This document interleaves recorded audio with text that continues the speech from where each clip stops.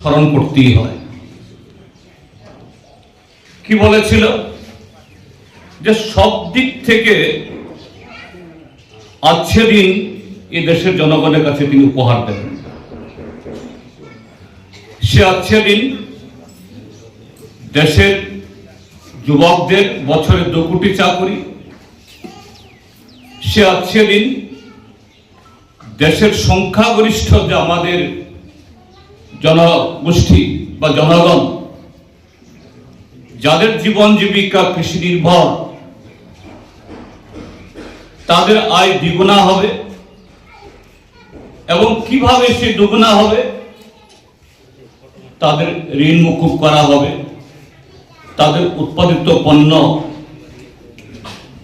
এটা উচিত দরে কেনা হবে,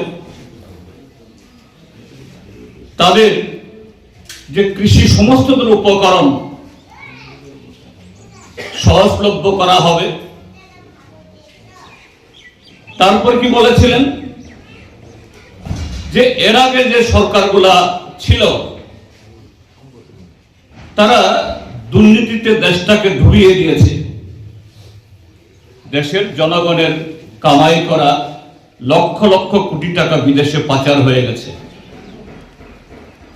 সেগুলো শুধু উদ্ধারই করবেন না, 100 দিনের মধ্যে উদ্ধার করে প্রত্যেক ভারতীয় পরিবারের অ্যাকাউন্টে 15 লক্ষ টাকা করে জমা করিয়ে দেবেন।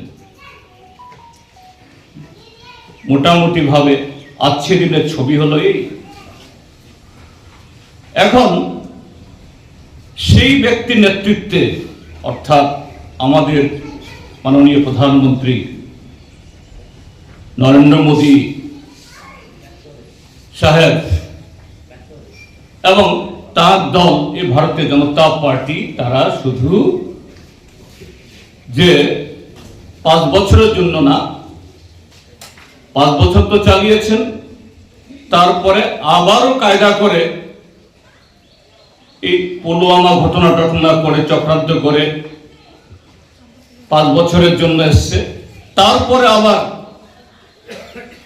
5 বছরের জন্য বসেছে। যদিও এখন আগের মতো সেই শক্তি নেই, হীনবল।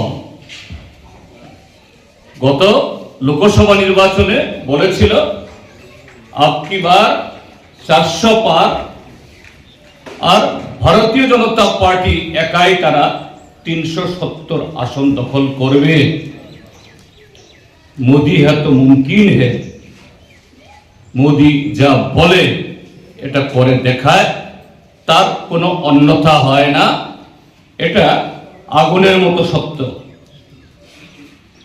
কিন্তু এটা হয়নি, সংখ্যাগরিষ্ঠতা পায়নি, 2টা শরিক দলের সমর্থনে তারা সরকার চালাচ্ছে। কিন্তু বন্ধুরা, আমরা কি লক্ষ্য করছি? আমাদের দেশের মানুষ বিগত 10 বছর, অর্থাৎ দুটি সরকার, তার সমস্ত প্রতিশ্রুতি পালন না করা, উল্টো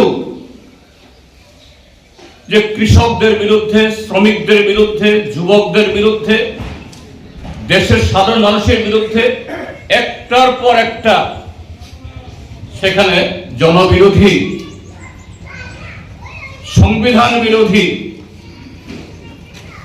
এই সমস্ত পদক্ষেপ গ্রহণ করেছেন।